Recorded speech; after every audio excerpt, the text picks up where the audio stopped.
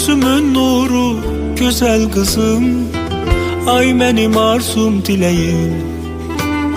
Sən mənə Rəbbimdən hədiyəsən, gül üzlü beyaz mələyim.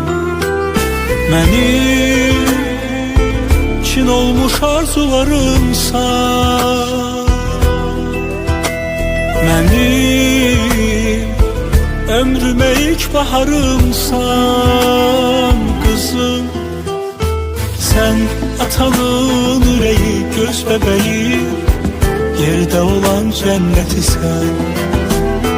Sen bize göylerden pay verilen Allah'ın emaneti sen.